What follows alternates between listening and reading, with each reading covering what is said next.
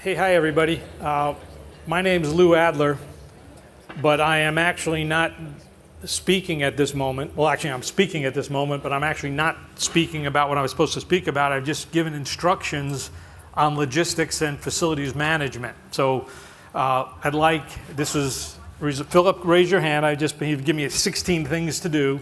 Number one, he said, move everybody into the center. So you can't leave any spaces there in your chairs. I know that's miserable because I really get hard to get the end seat, but we got to push you in.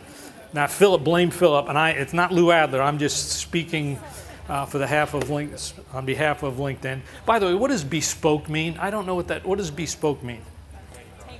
Say that again? Tailored. I still can't hear you. Tailored. Tailored. Okay, it's an interesting word. I think my talk will be, which in about a minute will be in English, but I suspect most of you won't understand it because I grew up in New York City and I speak somewhat fast. But before we begin, again, I'm not speaking yet. I was told by LinkedIn that I had to take attendance first. So I know Frida, you're here, right? Frida's here. So we got, is Robert here? So Robert's here. Is Magnus here? Magnus? Back in the back room there. What about Matthias? Okay, we got that. Actually, I've got a list of 48 other names here, but I'm not going to go through them. But and I tend on this chair here, which was luck. Sometimes I put a chair out here on purpose because sometimes I say things that are so wild and crazy, even I can't believe it, and I need to sit down. One of the things I am going to do today, though, and I do need to take. How many of you your first language isn't English? Let me just know that. Okay, so this is going to be very challenging. During about halfway through the program, I'm actually going to interview everybody in the room at the same time. This has never been done. Well, it actually has been done, but go with me. When I ask these, now it's a virtual interview. I'm not going to actually have you all talk at once.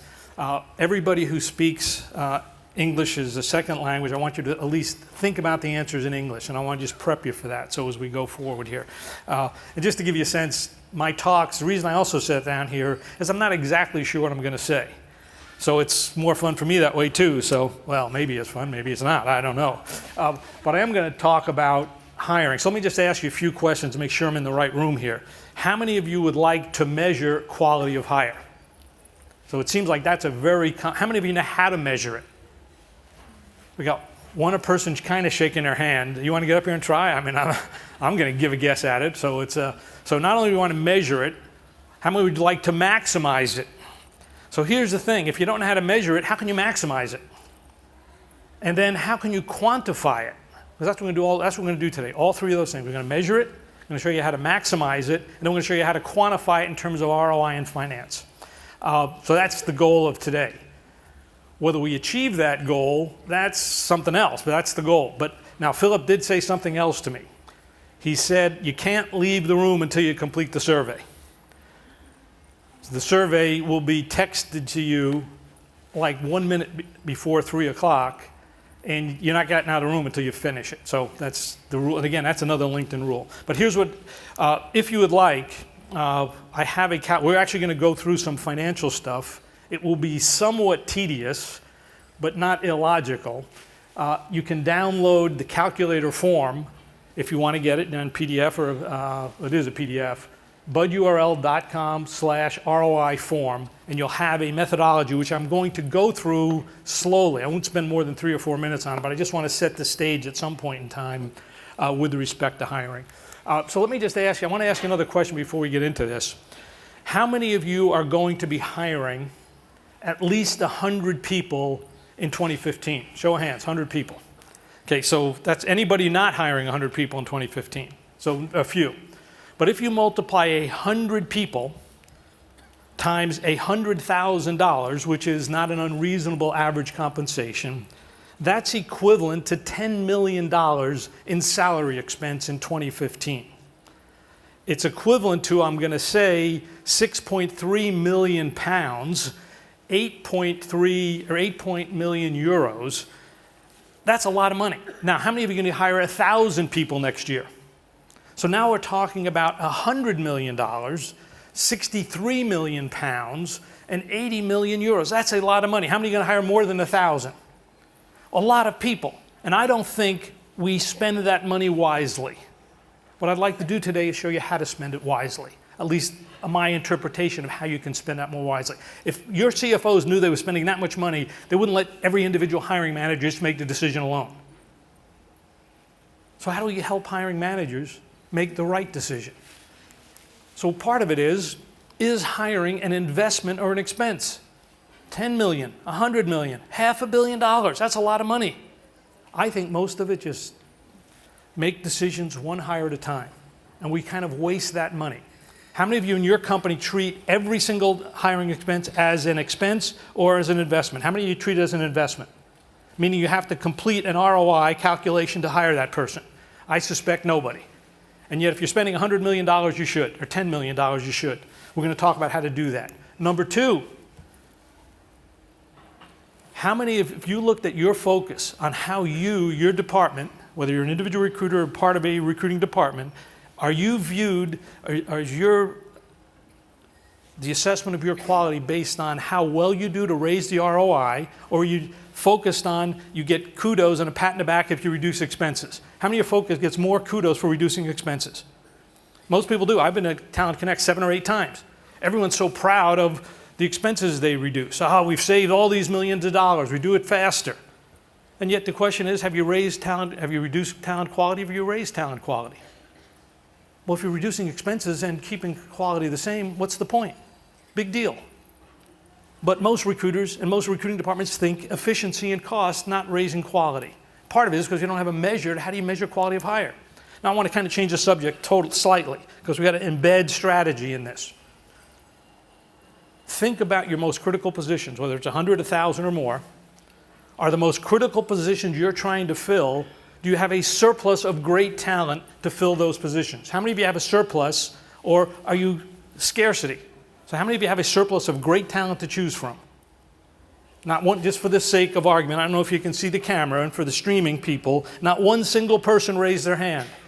Now to test to see if you're paying attention, I have another question. How many of you think for those same people you have a scarcity, meaning you have to reach out, they're in high demand, there's a scarcity of talent? Everybody raise your hand a little bit higher, only because the camera needs another inch. Got it, okay, we got it. The humor doesn't get any better than that, and it is sophomoric. And I will say I am the oldest one at LinkedIn Talent Connect here we're in London, right? I was the oldest one there. To give you guys a sense how old I am, I just went to my 50th high school reunion a month ago in New York City. And we were just as childish then as we are today. Nothing changes other than the physical aspects of you can't move around as fast. Neither here nor there. If we're in a scarcity situation, I have a last question for you. Think about what you do in your department every day. How many of you believe you're raising the talent bar? Raising the talent bar. How many of you believe you're maintaining the talent bar? I'm going to contend you're maintaining it. We ought to, so let's just let me get right into this. We're going to address all these issues today. When you look at your workforce, you can break it into 3 groups. It's not as pretty as this normal distribution, but you got the bottom third, you got the middle third, and you got the top third. I'm going to contend that when I talk to big companies, small companies, what they really do is they spend a lot of time being more efficient at hiring people just like they've always hired. We clone mini-me's. Managers want people to fit just like I did, went to the same school, looked the same. You have compensation ranges that we've got to keep people in this compensation budget. We don't want to talk to people making more money. Well, what if the best people make more money? Well, we can't hire them. We have to have skills and experience. I got to have 10 years of skills and experience to do this job. What if a great person can do it with 5 years? Well, I can't talk to that person. Too good for us. Now, you don't actually make that decision, but when you think about it collectively, most companies maintain the status bar, the status level. We sometimes hire at scale a lot of people, and we make mistakes. Why do we make mistakes? Didn't do a complete interview. Anybody have any hiring managers that don't always have the best judgment about whom to hire? Sometimes go fast, sometimes hire again, I call them partially competent people, not fully competent, because they didn't want to spend the time doing it, or didn't want to spend the time writing the requisition. So I'm going to contend what I'd like to do to measure quality of hire. There's a reason for it. We can raise the talent bar. But you got to do something different. You can't do what you're doing today. Different strategy, different people, different processes, and we have to measure it to prove that it actually works. So this is where I'm going here. I want to kind of say our goal is to raise the talent bar, hire the top third all the time, but it will be different than what you're doing today. Interestingly enough, the top third is probably a passive candidate, which means you have to use my favorite app, which I've explained to a few people, my favorite app. And this actually shocked me. I was in the breakout session, same session in San Francisco last month, and I said, this is the coolest app on this phone. I mean, the coolest app of all. But most people don't use. It's actually a phone. You actually call people up and they talk back to you and you talk to them. It's a pretty amazing little feature here. I find it fascinating, and I think I've got like 4 minutes of phone. I don't use that phone. I use another phone. But neither here nor there. We seem to forget that it's a different process to hire passive candidates. But you have to, number one, measuring quality of hire is one thing. Maximizing means you actually talk to people and convince them, and they're not looking for a job. That's what makes them passive candidates. But that's the pool you have to go after. So let's just kind of figure out how we're going to get there. So now I want to get a little bit techie. It's only going to be about 3 or 4 minutes, but bear with me on this. What do you think the ROI is of hiring a person who's 15% better than your current average? That's a rhetorical question. Unless you have the answer, then we'll talk about it. But here's how I want to kind of do it, because I think this is interesting. What's interesting is in a normal distribution, 15% is above the mean, is actually the average of the upper third. In a normal, just 15 to 20%. So that basically says, what would it take to hire a person in the upper third who's just 15% better than the mean you're already hiring? So let's just kind of think about the mathematics of it. So I did this only because I could only find the public information in the US, so I apologize for using US dollars. But there's a number that is, how many of you are in a public company? You sell stock. So you're in this information, and if you sell in New York, I assume it's probably the FTSE and all national exchanges, revenue per employee is a public number. For Exxon, it's $5.6 million. That's the revenue per employee. Take the total revenue divided by the total employees. Microsoft, $678,000. Apple, $2.2 million. GE, $477,000 per employee. Kraft, $810,000. And the average of most LinkedIn users is about $600,000 per employee. That's how much revenue each person brings in. Each additional hire should not only bring in that revenue, but also some profit. And you can use as a pro forma statement, variable profit per employee. For my example, at $600,000, that's 40%. And that's not an unreasonable number. Hey, we're hiring 20 people. They should all bring in $600,000. They all should bring 40% profit. So you can get a profit number. So let me kind of just multiply. So you take $600,000 times 40%. That's $240,000 per person. You divide that by your average salary. In this case, I made it simple, $100,000. It means that each dollar of salary yields $2.4 of profit. Each euro brings in 2.4 euros. Each pound, 2.4 pounds times their salary. So now all of a sudden you can relate, at least in a pro forma sense, each individual hire into some financial number. Now you start multiplying this out. Let's assume we just have 100 people, and everyone here is hiring more than 100 people. Well, 100 people is $10 million. You multiply $2.4 times 10 million, that means that group of 100 people will bring in $24 million. 15% better will bring in $3.6 million more, or over 4 years, about the lifespan of an employee, $14 million more in profit. What does it cost to bring in people in the upper third rather than maintaining the status quo?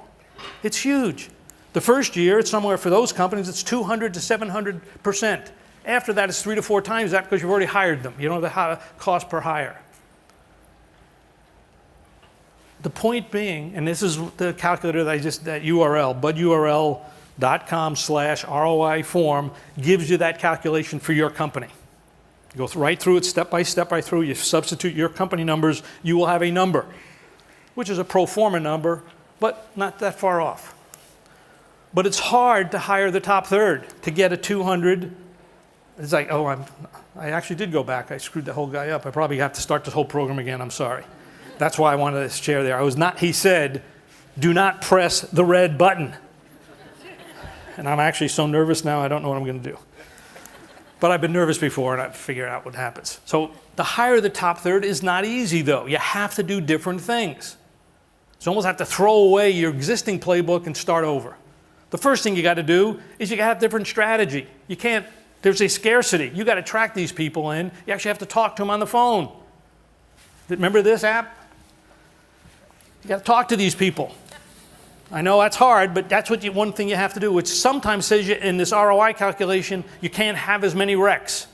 So when I went through the ROI, I said you need more recruiters, you need more LinkedIn training, you need more training that Adler gives and all that stuff. We actually calculated what it would be. But you can't handle as many recs to hire. It's a different process. They actually want to talk on the phone. They actually want to spend more time with you.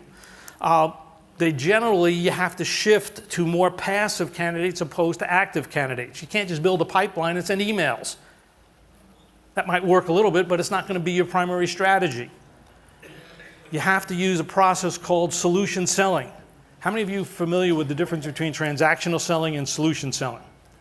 Solution selling is where you do discovery. Any complex product requires you to do a needs analysis, understand the customer needs, and try to customize the solution. That's what you have to do as recruiting. That's real recruiting for passive candidates. It means you have to know the job. I have to sit down when I said that because you have to know the job. Oh my God. I'm sorry. Sometimes I just get, that's why the chair is here. It just really kind of freaks me out a little bit. And sometimes that's worthy and sometimes it's not, but it'll get worthy in a moment here. You also have to talk to, not only you're hiring managers, you actually convince them to do different things. Because I think many of your hiring managers aren't capable of hiring the higher top third. They want to hire people just like themselves. So it means you got to intervene somehow. Oh, how's this going to happen? I got to hire somebody who's stronger than me or stronger than the average. Well, that's part of what you have to do is you have to think differently. And you have to have metrics to say, how am I doing? Am I really doing this well? I was talking with someone last night, because I've been a recruiter for a lot of years, guys, longer than I won't say collectively of everyone in the room here. But there's not one moment in the recruiting process I didn't track from some kind of metric standpoint to figure out what was the highest yield. But you start doing that, you say, there's certain metrics that you can track that predict what's going to happen, how well that recruiter is going to do. The one metric is at least you have to understand, it's not even a metric, I'll say, let me start at the top level.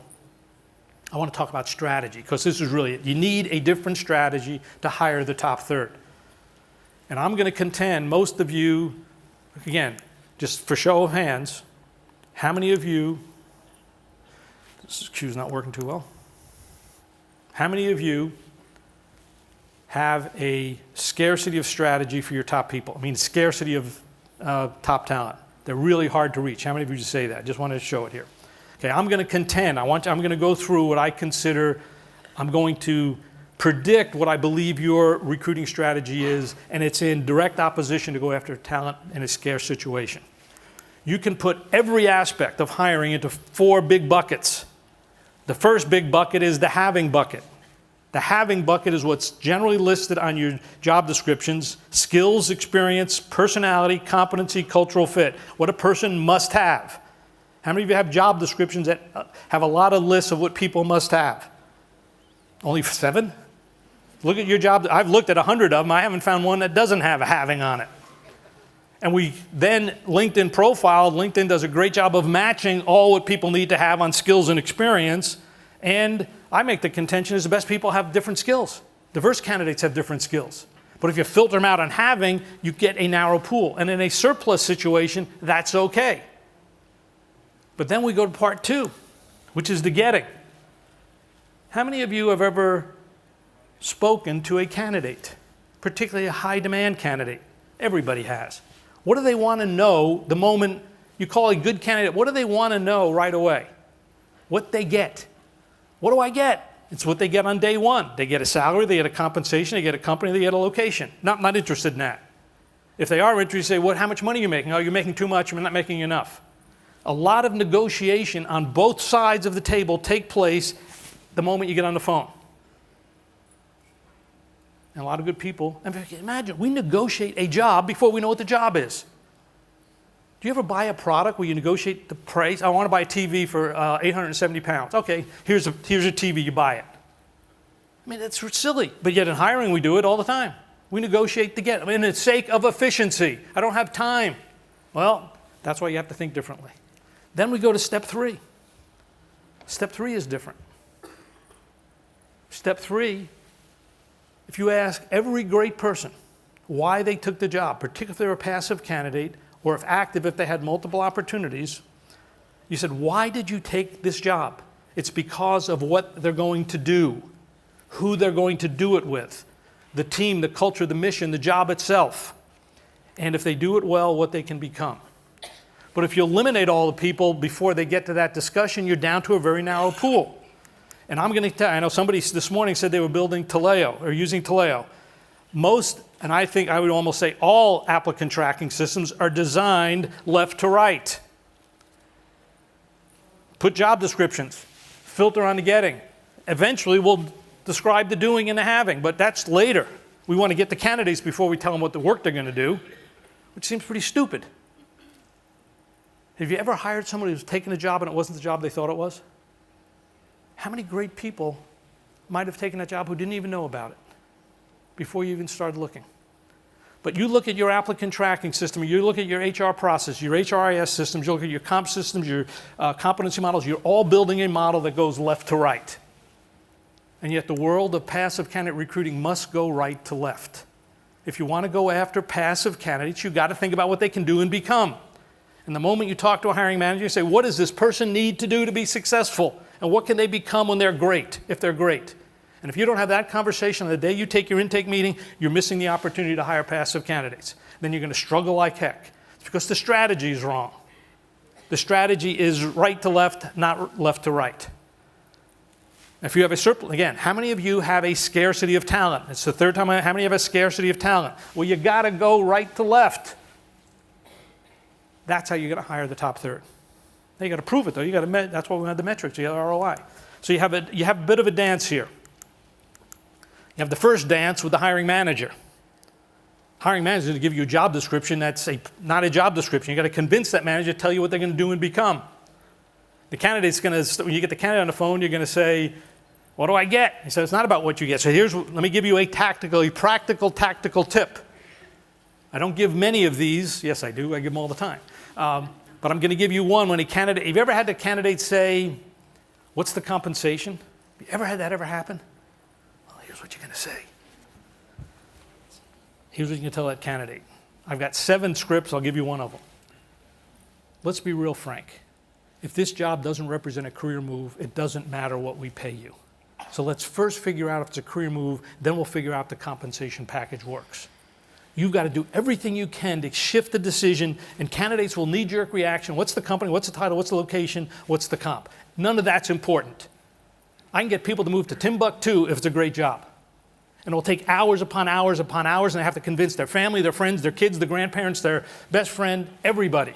But it will be done if you focus on doing and becoming. It cannot be done if you focus on the having and getting. And if you don't know what doing and becoming is, you're just like any used car salesman that doesn't know what product they're selling. Let me ask you this. Have you guys ever bought a product or ever talked to a sales rep who did not know the product? You ever talk to somebody trying to sell you a cloud? How do you guys feel when you talk to a sales rep that doesn't know the product line? Pretty bad. How do you think you're affecting a person's life here? And if you don't know that product, which is that job and that culture and that company and that manager, you're doing a disservice to that person and to your company. You're just selling smoke and mirrors. You have an obligation to know the job. Let me kind of talk about a couple of things here. Understanding the candidate pool. Now, this is I did not grow up becoming a recruiter. Some of you know my history. I'm an engineer. I got an MBA, got into manufacturing. The day I got my first management job, which was 26 years old, many, many years ago, I was put on the MBA corporate recruitment program for a very large company. And I went around the whole United States to all these MBA programs. And this was the slide that I heard on the first day I became a recruiter 40 plus years ago. Was a line manager, but a recruiter. Call it career zones. You might have seen it LinkedIn usually gives me credit for it. Sometimes they've taken credit, but it's in a book I wrote about 12 years ago, 15 years ago. Basically, this blue line, oops, I got to go back. Oh, thank you. This blue line represents the growth and impact curve of an employee, a person. These are people you're going to be talking to. Your job, when you talk to a person, the moment you get them on the phone, is to figure out where they are in this curve. Passive candidates or active, you have to understand where are they in this curve. Initially, they start out growing fast. We'll add some animation to it, which will be me. They grow fast, job doesn't change much, growth starts declining slightly, but still positive, then it starts growing down until they get desperate and it really falls off. So this is the growth and impact curve. If you take a management survey, there'll be high satisfaction here, low at the end. In zone 1, people are extremely satisfied. You can easily find them on LinkedIn, any job, 15, 20 minutes, but they're very passive. They're not the least bit looking. We've done surveys with LinkedIn, and not the least bit interested in looking for another job. Well, they'll talk to people. The second zone are people who have seen a decline in satisfaction but still fully employed and happy. Let me give you another tactical tip. This is what you will say to all passive candidates the moment you get the person on the phone, and it will guarantee a yes. I'm only going to say it once. Now just think about this. A recruiter calls you up and asks you this question. Would you be open to explore a situation if it were clearly superior to what you're doing today? What percent of the people you think would say yes? It's 100. That's why we define them as explorers. It took us, my 2 partners and I, in 1981, about 40 hours to figure out what phrase could we ask a passive candidate that they had to say yes to. You got to be a real idiot to say no to that question. And if they say, what? Could you repeat the question? I'll repeat it one more time. Would you be open to explore a situation if it were clearly superior to what you're doing today? They will say yes. And if they don't say yes, you said something. Would you like to be a cost manager in Timbuktu? No. Would you like to explore a situation that's clearly superior? Most candidates say no because you gave them too much information. You got to get them to say yes. Now, what do you think most recruiters do when they say yes, though? They tell them about the job. I'm not going to tell you what to say, but you can't tell them about the job. You got to have them talk first. Explorers. After that, satisfaction declines a little bit. They tiptoe into the market. They talk to their friends, former coworkers, mentors, and then they get very active. What's interesting is, and this is a survey we took this year with LinkedIn, 21% were super passive, 43% explore. This is a fully employed people over 25 at companies greater than 500. 13% tiptoers, 23% very active, which is a little bit high than what I thought, but when you looked at the demographics of people joining LinkedIn candidates, a lot of them are really job seekers. So it's, I think 5 years ago, and now we have our other surveys of subgroups within that, which I'll show you in a minute here, which shows a little bit tighter labor market. The idea is if you talk to a super passive candidate, actually 75% will still talk to you, but it has to be extraordinary move, extraordinary. Explorers, yes, they're open to explore a situation, but it better be significant. I don't need to leave. I am doing well. You called me, but by me asking you the question, would you be open to talk about it? Yes, I'll be open to talk, but it better be significant. So the likelihood that the job you offer is perfect for them is remote. So you have to lead the conversation. 3, these are the top third. While they're tiptoeing, they still want they know they're good, they're fully employed, they're not desperate, they don't have an economic desperation or need to take your job, they need a much better job. Even the best of somewhat very active candidates still want a better job than one they've got. This is worthy of picture, but I would actually wait for this next 2 points before you take the picture. I'll get out of the picture here. Or you can call me and I'll send you the picture, but that's okay. Okay, so let me I forgot. I'm going to put, based on this marketplace, remember I said you got to shift your resources, you got to focus on the passive candidate. So I always urge people to put together what I call a 40-40-20 sourcing plan. 40% heavy networking after passive candidates. It's still not yet. I would take a picture in 3 minutes now. This is the humor. I say it's so sophomoric. My wife can't believe I actually talk like this in public. Because I talk like this in private, so it doesn't matter. I said, what's the matter? No, I won't go there. But it would be pretty good if I did, but I won't. 40% email, employee referral program, and 20% very compelling ads, very compelling that attract people. If you go to our website, louadlergroup.com, and you look under resources, excuse me, I'm not choked up because of that. Maybe I am, but there's some very compelling ads we've written that are kind of wild and crazy, but they actually work. The point is, when I get a candidate on the phone, I got to figure out where they are on this curve. I conduct, so when I say, would you be open to explore a situation, they say yes. I say, how long have you been looking? I ask a few questions to find out what would drive them to change jobs. I conduct what's called a needs analysis. And my goal is to position my job as a shift to the left. That's the goal of good recruiting. I got to shift, I got to give it. If it's not there, I'm going to network with the person. But if I leave it up to them and I say this is a key rule of recruiting, most recruiters think it's selling the candidate. No, good recruiting is getting the candidate to sell you, particularly passive candidates. Because they don't make the decision alone. They talk to their friends, their family, their spouse, they will move into Timbuktu, whatever it is. So if that candidate doesn't emotionally want this job, you're never going to close that person. But to raise the talent bar, to hire the top third, that's what you have to do. You have to have you have to have a good recruiter. Mainly because our surveys show the market a lot tighter than that. 25% super passive of the high demand positions, all positions may be the blue line, 50% explorers, 20% tiptoers, 5% very active.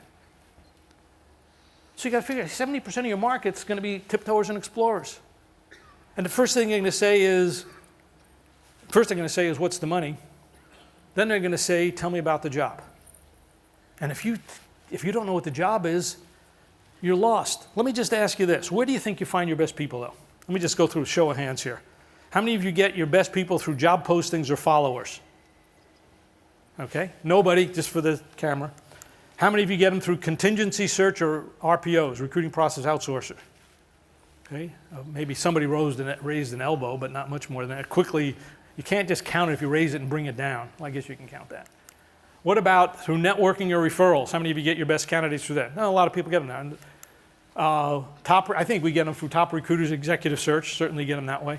And I think we also, I think internal promotions, university hiring, certainly get a lot of good people that way. And I think doing Boolean, I think Glenn's next door doing Boolean search, sending good emails and LinkedIn Recruiter, I think we get our best candidates from there. But when you talk to these people, they still need to know the job. And this is now I want to take what I talked about, strategy, sourcing, going after the right market pool, thinking backwards, thinking, doing, becoming, and not necessarily having and getting. This is an example of a terrible job posting. I found it about 4 months ago on LinkedIn. It's for a major company. I don't know if it's over here, but it's still a major corporation. It's for a systems engineer to work in telecommunications, 125 to 150K base job plus bonus. I'll try to do the best I can reading that. But it's, so just bear with me here. Strong organizational and time management skills. How many of you have that skill? Everybody has that in a recruiter. Must be customer focused. How many of you guys are customer focused? Everybody here in the room qualifies. Excellent oral and written communication skills. Well, 2/3 of you qualify for that one. Outstanding no, I already said that one. Ability to interface with senior level managers. Yeah, you guys can do that. I can see this, I can just tell right away. In first impressions, you guys can do that. Ability to multitask, of course. This is exactly the same profile that we had for Wells Fargo Bank, which was a big bank, for a bank teller. Then it goes on with a list of relatively hard technical skills. I talked to the hiring manager, and I think most of your job, this is what I call a having intensive job description. It's not, this is the having. Skills, experience, academics, personality traits, cultural fit, and competencies. And we filter a lot of people out based on that. I talked to the hiring manager and said, that's not a job description. That is not a job description. That is a person description. And that's the first thing you gotta do is stop writing person descriptions. You're selling, if you don't know the job, what are you selling? You're box checking skills. What value add does a recruiter bring if you don't know the job? You're affecting a person's life. Now, if a person is desperate to get a job, has an economic need, you're helping their life. But if you're convincing them to take a job for a career move and you don't know that it's a career move, you're affecting their life adversely. And it's irresponsible to talk to a passive candidate if you don't know the job. So I draw this little chart for a hiring manager, not with fancy red and blue. I just say, hey, you got 4 buckets: having, getting, doing, and becoming. The best people want to focus on doing and becoming. What does this person need to do to be successful? And what would they become if they do that? What's the employee value proposition? And I said, let's do this. We're going after the top third. What does the top third do differently than your existing hires? That job became, same job, became collaborate with the sales reps when they go out and sell $10 million to $50 million infrastructure projects, internet, IP, the whole bit. They build them into companies around the world. They're dealing with C-level officers, chief procurement officer, CIO, CFO. They are the technical representative with sales and marketing in the room describing any technical question they have to handle it. And I said, what do the best people do differently? Oh, they know this product inside out. They can answer any question. They can interface with anybody they have. They understand it off the top of their head. It says here they have to have business acumen. What does that mean? Oh, they're working with the CFO group to really put together pricing and contracts, and they really have to maintain margins. So anytime there's a product change, they have to be very sensitive to it. What do the best people do? Oh, they really have a great sense of finance and accounting and how that relates to product and cost. What does multitasking mean? What does that look like on the job? Oh, it's handle 3 to 6 projects at any one time, and within each project there's 15 to 20 line items within that project management task they have to deliver, and they have to be able to prioritize it based on what the primary accounts are, what the size of the deal, how we can close the deal. And all of a sudden, half hour, I know what the job is. The one on the left is not a job. It's a person description. When a candidate says, tell me about the job, even if you get through the accounting, if you don't know the job, guys, what are you selling? What I do when I conduct an interview is I compare that person's background to the job, and I look for gaps. And the best way to do that is interview everybody in the room. Now here's, Philip, I need one of those cards, just one. Don't hand them out yet. No, to me, yes, but not to them. Philip and I practiced for a half hour, but we screwed this part up then. Okay. So here's what I really need to share. So I'm going to go through, you've heard that I have what's called the one-question interview. Actually, it's more than one question, but I'm going to interview everybody in the room with the one-question interview. The one question basically says, if I was actually interviewing a person for that job, would be, hey, we need somebody who can handle our toughest clients and be the technical liaison between our sales and marketing team and our biggest customers. Walk me through something you've accomplished that's most related to that. That's the basic one question. I tell them about the job, and I ask them to tell me something they've accomplished, and it takes 10 or 15 minutes to handle that. Obviously, you folks aren't systems engineers in the telecom world. I wouldn't think you are. If you are, I'd like to talk to you outside the room later, because I do have a search assignment for that. And I don't do a lot of search, but the manager thought it was pretty cool that I knew the job. But what I will do is ask you our generic one-question interview, which you guys can use the next time you're interviewing a candidate. But I have to preface this a little bit, and that's why I really need the chair. And that's why I also need the folks who English isn't your first language. I'd like you to think about the answers. Imagine this. So let's do this. I call it the virtual interview. Imagine that I'm interviewing every single one of you for 15 minutes. And the only question I'm going to ask you is, think about your most significant career accomplishment of all time. A career-defining event, the biggest thing you've ever done. I want you to tell me all about it. You got 15 minutes to tell me about it, and then you're going to walk out. What I'd like to do in the next 30 seconds is for you just to think about, if that circumstances actually arose, what you would want to talk about, or what could you talk about for 30 minutes that interviewer would know what you brought to the table. The best thing you've ever done in your whole career. And I do ask that question to all candidates. Sales candidates, HR candidates, VPs, marketing, doesn't matter. I ask that question, but I also ask the specific question with respect to the job. But let me do the generic, most significant accomplishment question. Give you 30 seconds to do it. I'm going to prep interviewing everybody in the room. This is something I would not try at home.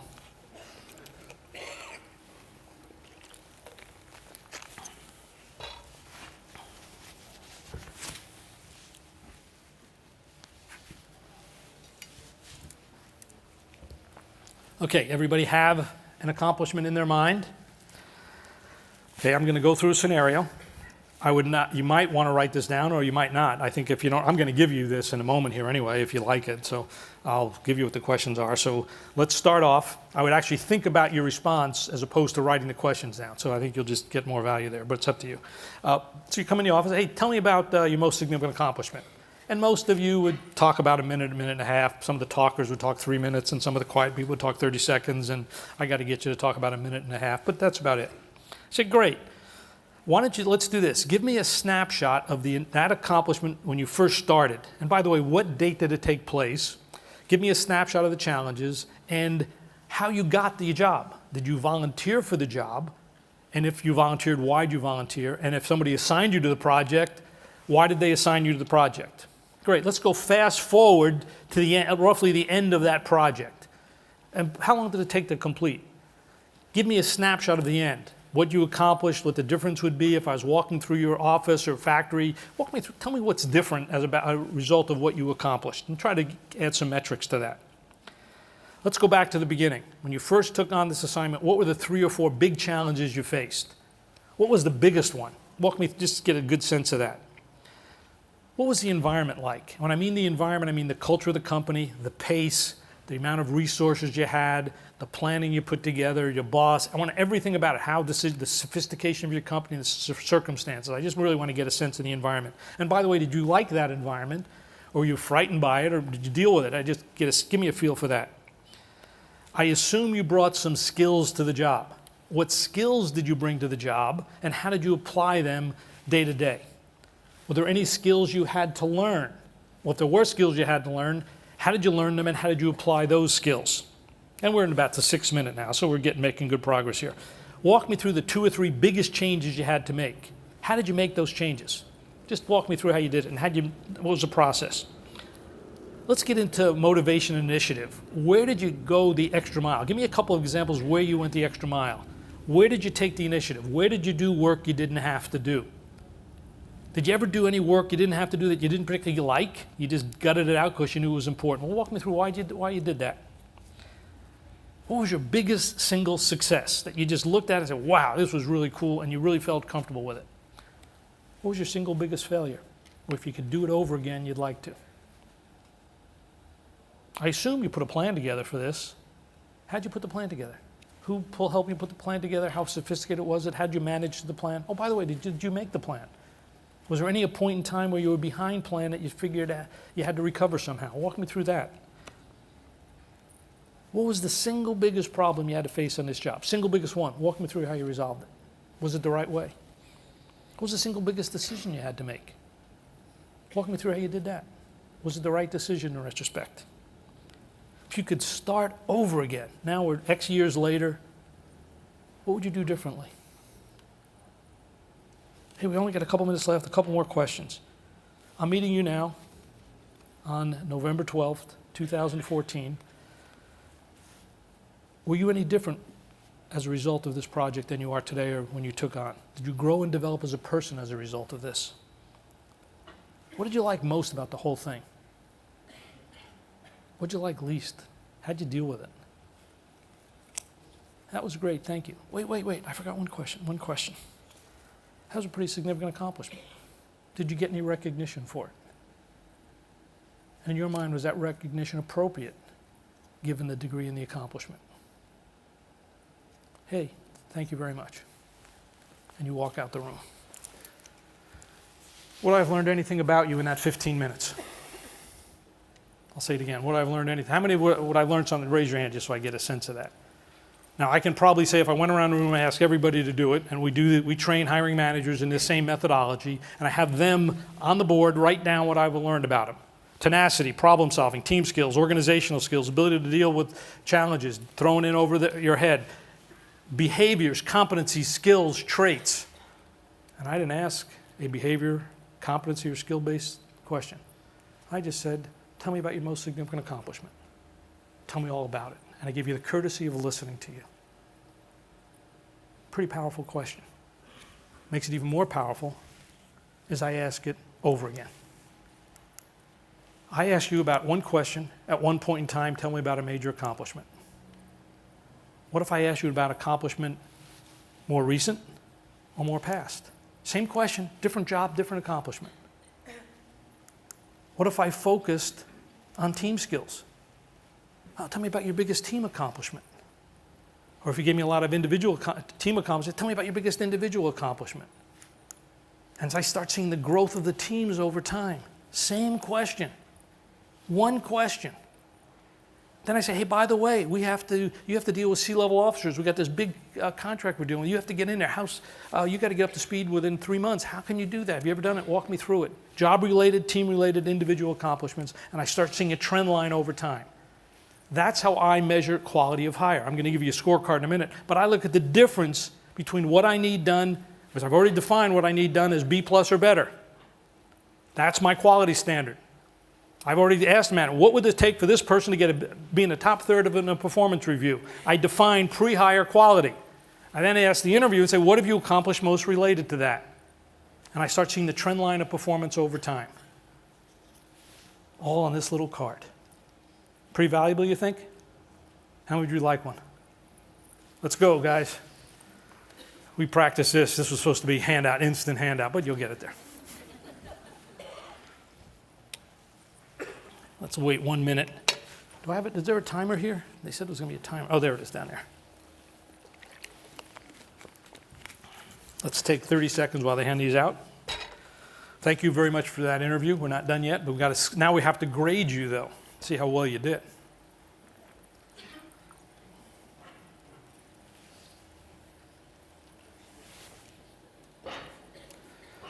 Now I do have that was the one question interview. I also have a second question on there, which is our problem solving question, which we really dig into your thinking and planning skills. But I gave you the accomplishment based question, but you'll see that in the middle panel. It's or somewhere over there, I guess the third panel, it shows the planning question.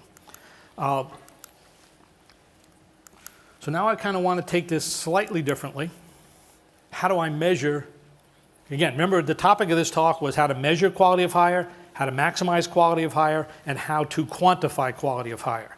So measuring, the way I define quality of hire is I ask the hiring manager, tell me what this person needs to do to be successful. I call that a performance-based job description, which is the example I gave for the systems engineer. I have the manager clearly articulate what that would be and put those objectives in priority order. During the interview, I ask candidates to describe what they've accomplished that's most related to that, so I then benchmark required performance against their performance. I then create, and we have a scorecard. It's our quality of hire talent scorecard. You can download it from the tool. I think, in fact, the download that I said, budurl.com/form ROI, or I can't remember what it was. I think it's ROI form. I go through the calculations on ROI, but I also have this form attached so you can actually measure it. What this does is by asking those questions multiple times, I can look at the factors, the generic factors that determine on-the-job success. Talent is the ability to do the work. Management skills is organizing, planning your own day or your team's day. Team skills influencing others. Thinking is problem-solving, decision-making. That's all in relationship to the actual environment. That's the fit factor. What is the fit? The fit is the job itself. Do I want to do that work? If the person doesn't want to do the job, well, you've already kind of missed the fit factor. Manager style is a critical one. The interface between the manager's leadership style and the subordinates need to be led and developed. And the cultural fit, and largely no matter what anybody tells you about the culture, I can tell your culture is more important by how fast you're growing. That will dominate your culture. You can tell me all these other words, but I can just look at how fast you're growing and say, that's your culture. If you're growing fast, you have to make decisions quickly. If you're growing slow, you got to be able to go with that pace of never getting anything done. But it's ability to do the work, which is the top line, in relationship to the job. Collectively, that drives motivation. We're motivated by circumstances. I know very few people that are highly motivated to do any work, anytime, 100% of the time. It's usually situational. So I, as a recruiter, want to understand, what does it take? Can I map that person? What's that motivating driver to that person? We put it in a scorecard. I've defined pre-hire quality as a series of 5 or 6 performance objectives. I ask those questions and I benchmark the candidate's performance against that job. Level 1 is the bottom third. They're competent to do it, they're reasonably competent, not motivated at all. Middle third is level 2. 2.5 is average. Have you ever hired someone who's fully competent but not motivated? Anybody ever know people like that? Sometimes you guys might be not so motivated, and your boss has to, there are people who you hire who you have to overmanage. Level 3 is a rock solid person.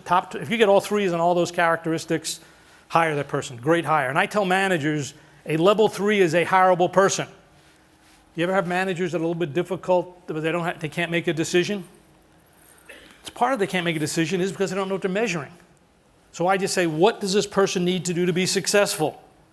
They got to have 5 years of engineering experience doing this. I said, what does that look like on the job? Oh, they have to design this circuit in 3 months. Great. If I can find someone who can design that circuit in 3 months, but maybe has 3.5 years experience, would you want to see them? What do you think they all say? 100%, of course. You got to dance with the hiring manager. You got to get that manager off the skills and experience and what does this person need to do on the job. And if they can, and I make the decision, I'm going to show you people who can do that work, and if they're at a level 3, you're going to hire them, right? And this is at the intake meeting. Level 4 is someone who does it more, does it faster, does it better. Level 5, rock star. But from a practical standpoint, I tell managers is, let's make sure this person's motivated to do the work. And if you don't define the work, it's pretty hard to figure out if they're motivated to do it. Just because someone's friendly and warm and outgoing in an interview, that's more an attribute of, are they motivated to get the job or motivated to do the job? This is what I spend most of my time interviewing candidates on their motivation to do the actual work. So when I ask, tell me about when you took the initiative here, there, and I try to see this pattern of where people go the extra mile. Now I know I have a motivated person. And then, you guys probably don't know that. Does that calculator look familiar to anybody in this world here? Anybody in this room here? Well, just so you know, when I was 27 years old, I worked at Rockwell's calculator division. I was director of contracts and pricing and costing. It was the greatest job I ever had. We had the first handheld calculators in the world. That one was a 4K chip. 4K. The 2K chip couldn't divide. It literally couldn't. We thought this was the greatest thing in the world. We now can divide to 2 decimal points. 3 was not very accurate, so we cut the screen off at 2 decimal points. We got to 8, and then we could 4 decimal points. Pretty cool. I mean, you just can't believe how excited we were. That's all you need, though, is a 4K chip to calculate return on investment and quality of hire. That's all you need. You just got to understand that every single hiring decision results in revenue per employee, profit per employee, and if you raise it 15%, it doesn't cost you much to get, for 100 people, $3.6 million more each year. For 1,000 people, it's $36 million each year. That's just improvement. And it doesn't cost you $36 million to hire 1,000 people. It probably costs you $500,000, which gives you 1,800 times return on investment the first year. The second year, it's extraordinary. But you got to define quality of hire. Again, I'm not choked up here. Or maybe I am. It just does. This quality of hire and ROI does get me. I got to sit down. It's so exciting. Well, you kind of, when you get excited about a 4K chip calculator, you got to take it for what it's worth. So I started off by saying most companies inadvertently go out of their way to hire people just like they've always hired. And yet they have an intellectual desire to raise the talent bar. Well, to do it, you do have to be disruptive. Number one way to be disruptive is think backwards. Focus on what people do and become. And if you guys take an assignment without knowing what that person can do and become, you're doing, number one, you're minimizing the role of a recruiter. You're also preventing you from hiring a great person. And then you have to intervene when they say, what do I get? It's not about what you get, it's about what you can do and become. So let's have that conversation first. But to raise the talent bar, you can do that. Raise the bridge or lower the water. What I like to do is shift the decision. I like hiring managers. It's not about skills, it's about what they can do. And surprisingly, the best people have less skills and experience. That's what makes them the best people. The worst people have more experience, the best have least. Would you like to hire an engineer who can do 7 years worth of work with only 2 years experience? Oh, of course I would. Well, why are we defining 7 years in? Let's have, what does a person need to do to be successful, not how many years of experience does a person need to have, and use that as your filter. It's a game changer. But you got to define the work. I want to define what it would take to be in the top third. If you don't know that, that's the key to measuring quality of hire. You got to figure out where that person is on his or her career zone curve. And you've got to be a good recruiter to figure out, hey, you do need to be a good recruiter to recruit a passive candidate. They will get multiple offers. They do take time to make the decision. You can't do it in 2 or 3 hours or 2 or 3 days. Seconds before you called, they weren't thinking about leaving. Would you be open to explore a situation if it were clearly superior? Yes, I would be open if it was clearly superior. Then you have to say, great. Let's review your LinkedIn profile. I'll then tell you a little bit about the job, and we'll see if it's a career move. Worst case, we can network. Now, if you didn't write that down, you missed the most important part of this conversation. So you'll have to reach me afterwards to see if I repeat it. For free, I will, but that's all, because I already gave her the whole script here. So the point is, you're going to get these people. Now, you can do all your Boolean searching in the world. I'd just rather get in the phone. I mean, I do my Boolean searching. I'm not as good as Glenn, but I can find people pretty quickly. But I get to get on the phone and convince them this is a career move. And it takes time. And the key is, I got to get that candidate to sell me. Before I go to close, they got to sell me on why they want it. I say, put the money in the parking lot. Is this a job you want? Because if you don't want it, let's stop right now. And then I force these people to sell me. Because I know it's not me they're selling. They're selling themselves. They're selling their friends, their spouse, their family, their kids, their grandparents, their best friend at work. They're selling all those people. If they can't sell themselves, you're not going to close that deal with a passive candidate. But that's what you have to do to hire the top third. Ask that one question multiple times. It's easy. This is not rocket science. I put it on this little card. How could it be that hard? Even the scorecard's on here. Both questions are on here in the scorecard. I mean, it can't be that hard to do it. It isn't hard if you know the job. It is impossible if you don't know the job. But it's worth it. It's worth hiring the top third. The ROI is extraordinary. It's a game changer. These people, however, might not have all the competencies you want. They might not exactly have the same cultural fit that you'd like. They might look different. They might be short. They might be old. They might be physically challenged. They might not have the same industry background, but they're remarkable people. And unfortunately, we don't hire those remarkable people because we have a filter that says you have to have this background. You have to be able to pass this, what you get on day one. And you miss the opportunity. Then we fight like heck when it's really the strategy that's flawed. So let me just kind of open it up for questions.